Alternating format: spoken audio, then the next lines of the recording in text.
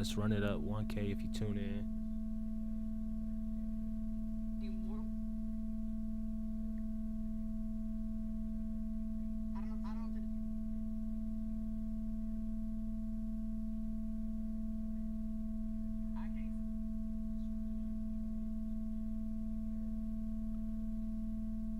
I don't know why my mic sound like that. Let me try to fix this.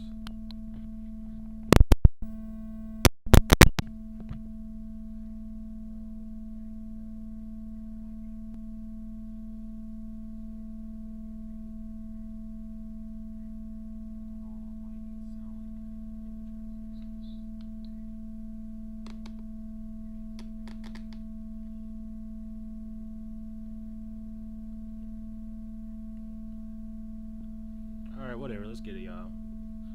We got late night hood stories. We got Tupac right here, so I've been wanting to watch it for a while, so might as well watch it on live, you know what I'm saying? So let's get it. September 6th, 1996. Tupac Shakur is the most successful hip-hop artist in the world. He's no different than the king of rock and roll, Elvis Presley. Tupac was a king of rap. To his legions of fans, he's the ultimate gangster rapper. Thug life, that's my comment. He's the angry voice of urban America. Yes, I am gonna say that I'm a thug. That's because I came from the gutter. People in the hood call him Black Jesus. They was like he was sent here to save us. But to the authorities and to his rivals within the world of hip-hop, he's seen as a threat. You know, America eats its babies. No matter what y'all think about me, I'm still your child, you know? He said many times, I'm going to die. I'm going to go out in a blaze of glory. And soon, that prophecy will come true. This is the story of the final hours in the life of Tupac Shakur.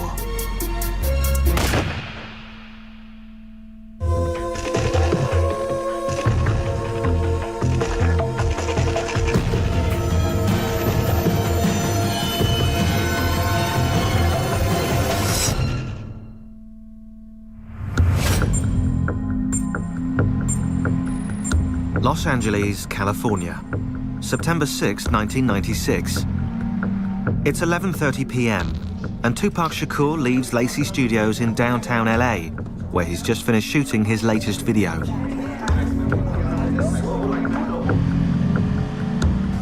After scoring 6 top 10 singles in the last 6 years, Tupac is riding a wave of success that other artists can only envy. But in just 24 hours, that ride will come to a sudden and brutal end. After driving to his mansion in the LA suburb of Calabasas, Tupac, exhausted from the video shoot, steals a few hours' sleep.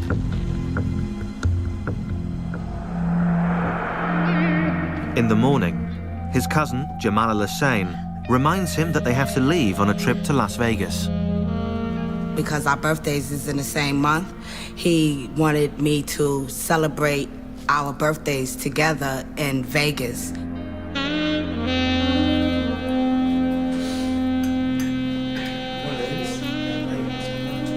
Tupac is going to Vegas to catch a boxing match and then play at a local club. With him is his live-in girlfriend, Kidada Jones, daughter of legendary record producer Quincy Jones.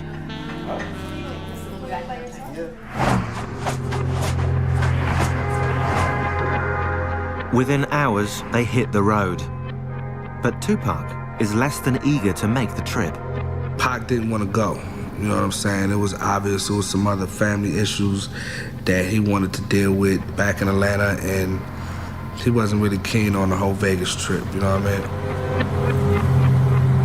But at the urging of his manager, Tupac goes along with the plan.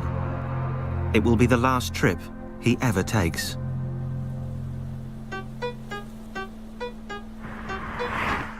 Five years earlier, back in 1991, the only plan for Tupac Shakur was making it to the top in the competitive world of hip-hop.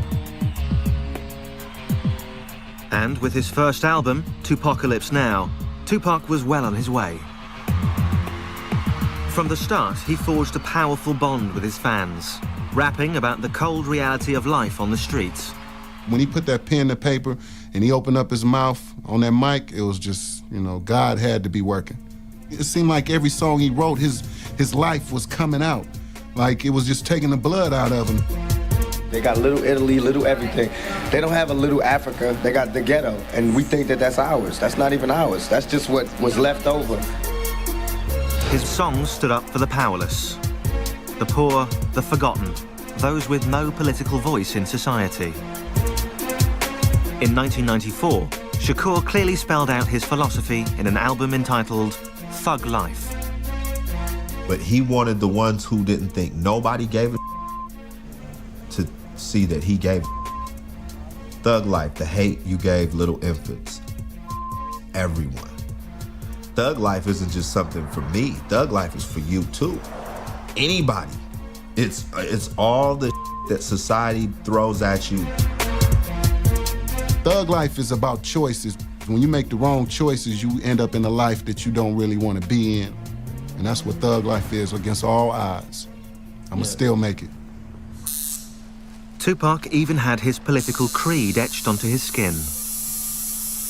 And all his tattoos meant something. He had 50 with an AK-47 tattooed on him. And what he believed is that 50 black men can do anything. Anything. If they put their mind to it, and they were all pulling at the same time in the same direction. Fans fell in love with his swagger and with his utter refusal to tone down his message. Was it incendiary? Was it crazy? Were the kids screaming at his concerts? Were girls tearing off their shirts? Were guys, like, you know, saluting with the pistol salute in the air? Yes, they were doing all that. And, I mean, that's hip-hop, that's rock and roll.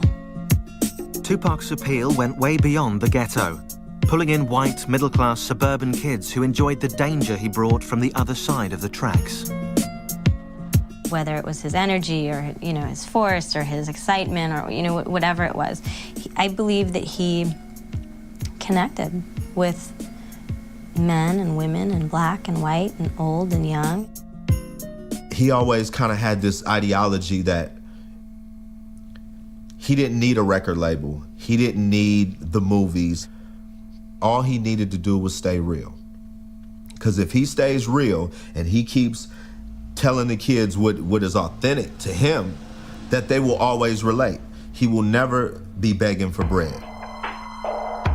If it was attention that Tupac was looking for, he more than got it. But not always for the right reasons. As he climbed the ladder, some in the hip-hop community looked on with envy.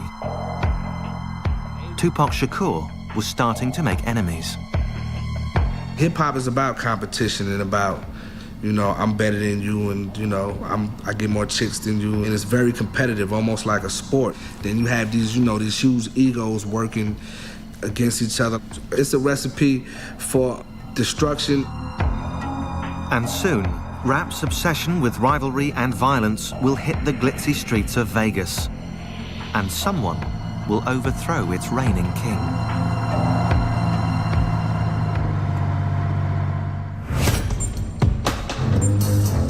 September 7th, 1996, 3 p.m. Tupac Shakur has arrived in Las Vegas, Nevada, where he's scheduled to watch a boxing match and perform at a local club. It's a performance he will never get a chance to give. In less than 9 hours, he'll be gunned down in cold blood.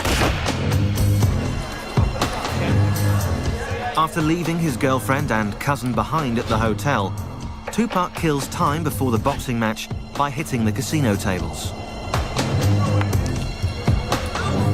At his side is his trusted bodyguard, Frank Alexander.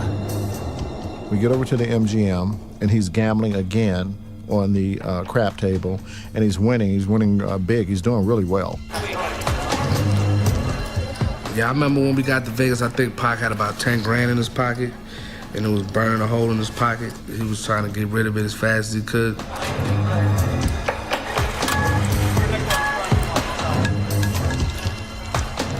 At the table, Tupac is joined by members of the Outlaw Immortals, his backup group. They were his singers and his friends that were on a lot of the songs that you know, he was doing at that time. As usual, Everywhere Tupac goes, a crowd follows, especially women.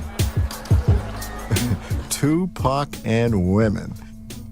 The women were a dime a dozen. They were there, the groupies, from the movie sets, from the video sets, from the studio, from Italy, wherever.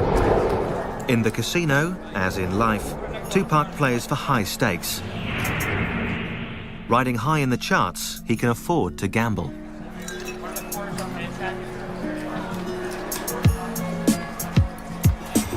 But 25 years earlier, on the streets of East Harlem, New York City, few would have laid bets on the future success of young Tupac Shakur. His mother, Afeni Shakur, a member of the radical Black Panther Party, was arrested and charged, along with 20 other members, for conspiring to blow up local buildings. I was captivated by the visualness of the Black Panther Party. I was captivated by the rationality of the Black Panther Party. And I was captivated by the sense of service of the Black Panther Party. For me, the Black Panther Party was a way to legitimately express my anger. Eventually acquitted of all charges and pregnant with Tupac, Afeni was released from jail after spending 15 months on and off behind bars. And on June 16th, 1971, she gave birth to Tupac Amaru Shakur, who she named after a South American Incan revolutionary, the name meaning Shining Serpent. So Shining Serpent is a brilliant spirit. I actually believed in 1971 that giving a child a name empowers him. But what did not help empower young Tupac was the absence of his father, also a Black Panther, who was rarely around. What he didn't have was that masculine figure in his life for a sustained period of time that would, you could go play ball with. Adding to that instability was crippling poverty, at times rendering Tupac and his mother homeless. But in 1986, despite those hardships, Afeni moved to Baltimore and managed to enroll her son in a unique public high school, the Baltimore School for the Arts. That was a really good experience for Tupac because the other students at the school were all artists. And the environment for artists is different. It's a lot freer. It's a lot less restrictive. In particular, he fell in love with acting and with rap music. I think Tupac always believed he could have it all. He could be an incredible and talented MC. He could be an incredible and talented actor. I think he saw no sort of boundaries or limits for, his potential. But in contrast to school, his life at home was stark. I had gotten hit by a man that I was having a relationship with. And that had a very bad reaction on my son because I wouldn't allow my son to beat the man up. And that was a real breach for Tupac internally.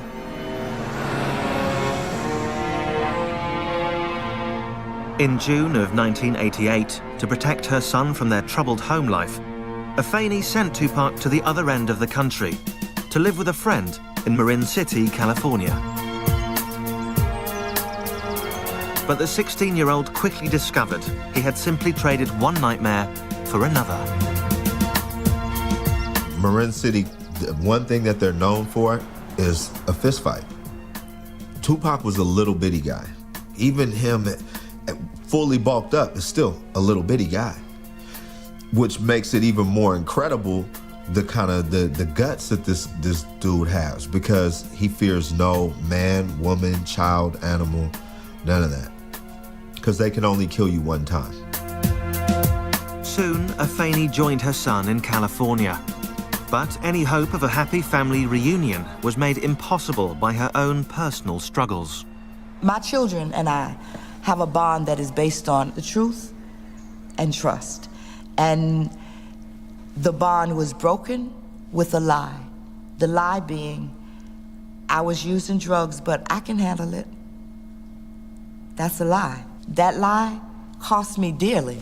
Me talking about that period is different from them because in reality, I found drugs, is what I did. I found the answer. My answer was crack. But despite his contempt for his mother's addiction, Tupac too drifted into the world of narcotics. He probably sold drugs for about a week. His reason for stopping was because his heart was too big. You understand? When someone brings you their wedding rings and they say, here, I'm gonna give you these wedding rings for some crack. You're like, man, it's that bad? It's come to this? And he quit.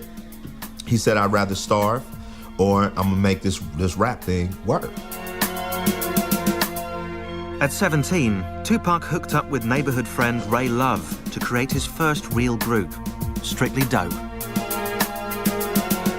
We didn't fear nothing. We would jump on the stage and perform right now. We didn't need no trays of food. We didn't need a special type of mic. We didn't need a rider. We didn't need a limo. Nah, just give me just one mic, man. Tupac's ability to use that microphone would carry him clear out of Marin City and eventually to Las Vegas, where the world's greatest rapper would be silenced forever.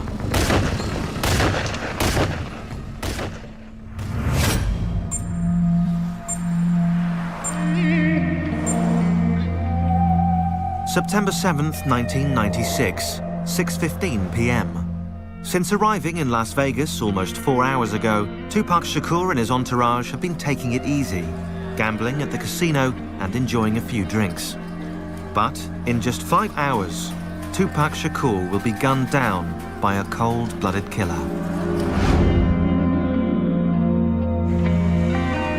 On the invitation of his manager and CEO of his record company, Suge Knight, Tupac heads out to see a much-anticipated heavyweight title match between Bruce Seldon and Tupac's close friend, Mike Tyson. Mike and Pac definitely had a friendship, a special kind of relationship with each other.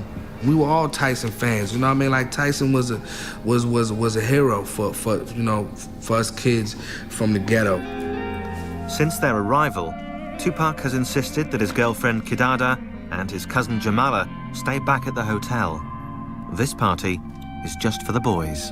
And I can remember us saying to each other, like, wow, why would they bring us out here and we can't even go to the fight, we can't go to the parties. He don't even want us downstairs. And he kept saying, please, he begged us, please don't go downstairs, please y'all stay up here. With his girlfriend and cousin safe and sound in their hotel room, Tupac and his bodyguard Frank Alexander head out to the MGM Grand, where the Tyson fight is about to get underway. But for Tupac, getting inside isn't so easy. There were a ton of people. There were a ton of people in line waiting to get into the fight. As we're walking by, hey, that's Tupac. You hear the whispering, oh, that's Pac. You get the groupies and you get the fans, screaming Tupac. As they move through the crowd, adoring fans, however, are not the bodyguard's only concern. The famous rapper also has his share of enemies. His recent song, Hit 'Em Up, a scathing attack on fellow rapper Biggie Smalls, has stirred up anger within the hip-hop community. For Frank Alexander, it's a real concern. And I told Pac, I go, Pac, man, what's up with that song? He was like, oh man, you heard that, man? He goes, that was off the hook, huh? He goes, they playing it everywhere. He goes, man, it's all in the clubs, man, it's gonna be bad, it's gonna hot, blah, blah, blah. And I was like, Pac, dude, you're gonna need more security. I go, I'm not gonna be able to just handle you by yourself. Alexander calls on MGM guards for additional backup. For Tupac, the man who's built a career on confrontation, the constant threat of violence is just par for the course.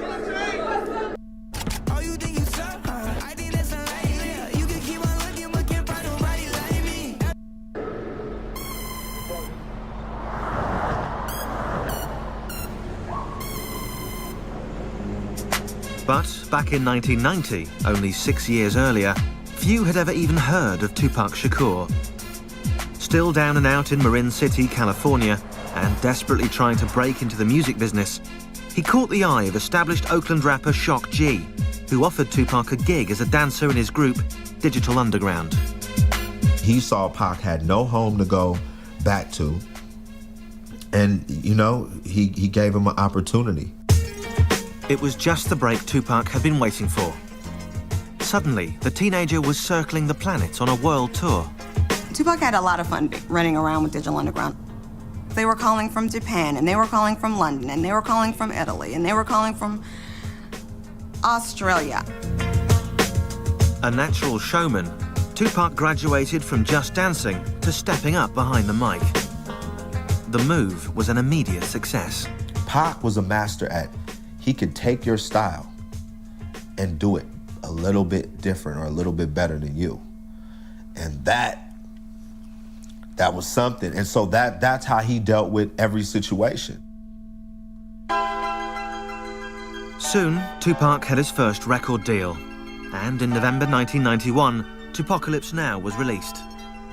The album featured a strong and sometimes contradictory mix of violent anthems and compassionate social commentaries about poverty, broken homes, and drug abuse. If you look at his music, he had songs that were so negative about women and talked about them like they were just nothing. And then he had a whole series of other songs where he was putting all women, mothers and black women and all women on such a pedestal. He was a complicated guy. In his writing, Tupac drew from his various experiences, raised in a politically charged Black Panther home, exposed to the fine arts, and schooled on the streets. He was a poet, you know what I mean, first. I think Pac was just so in tune with himself that he can do whatever kind of song and not feel like if people hear it, they don't think I'm weak. He's a fan of himself as well. He would go, listen to what I said. Oh my God, the boy is nice. And this is how he would say it. He'd be like, oh my God, the boy is nice. Yo, Jamala, listen to this. Listen to how I kick it. And he would recite a little verse out that song, and he'll go, ooh, I'm so nice, I'm so nice, I'm killing them, I'm killing them. I'd be like, Pac, he is crazy. Since he was a kid, Tupac had also fantasized about becoming an actor. And in 1991, he made his second dream come true. He starred in the critically acclaimed film, Juice. Juice came out. When I went to go see it, the girls were screaming. That was fly. That was some to see. From the moment Juice came out, everybody was talking about Pac. It was just obvious that, you know, he was on the verge of something really major. That role helped him more than the music did. He would come downstairs and he would like spread his legs apart and his arms, shake his jewelry off and everything, pull his collar up and say, I'm a legend in my own time. And I would say, Dag, Pac, man, in another 10 years, you're gonna be the most powerful man in America. He was like, yeah, watch and see, I am. Things were looking good for Tupac. The following year, his mother, Afeni Shakur, now clean and sober, re-entered his life. Once again, they were a family. I discovered that when a child says to you, you're my mother, when they give you authority over their lives as their parent, that they can withdraw that authority. And my children withdrew it. I didn't take it back. They gave it back to me. But with the good came the bad. In 1992, Tupac was arrested for allegedly attacking a limo driver. In 1993, he was charged with assaulting another rapper with a baseball bat. In another incident, he was charged with attacking film director Alan Hughes with a weapon. In Atlanta, Georgia, he was arrested, although later released, for the alleged shooting of 2 off-duty policemen. It seemed that Tupac Amaru Shakur was taking his gangster image rather too literally. Well, Pac, you got to realize of, you know, where he come from and his family's history with the police. And they hated Pac. They hated Tupac. I don't know if it was that his heart was a Black Panther heart. I don't know if that was it, but Tupac just had no patience for law enforcement, and I don't know that he had respect for law enforcement. And so I think, why were the authorities mad? Because Tupac was thumbing his nose at them and worse. Mr. Shakur, can we get a comment from you at all? Hell no. Thug life. Tell us what Thug life. Thug life. That's my comment. What's that mean? I don't understand. This is yours. Pac always felt like he would be a statistic. But he said, if I'm gonna be a statistic and America's gonna thoroughly me over, I'm gonna be the ultimate statistic that I can be. In the battle between Tupac the artist and Tupac the streetwise thug, it appeared that the dark side was winning. And soon, on the streets of Vegas on a warm summer's night, that darkness will swallow him whole.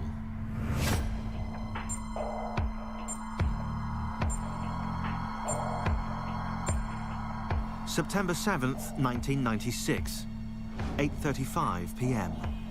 Tupac Shakur has just finished watching a boxing match at the MGM Grands, where his close friend Mike Tyson pulverized his opponent Bruce Seldon in less than 2 minutes. Backstage, Tupac is accompanied by Suge Knight, his manager and the owner of his record company, Death Row. With them is Tupac's security guard, Frank Alexander, and various Death Row Records associates. It's clear to everyone that Tupac Shakur is still revved up from the fight. And he's just going off.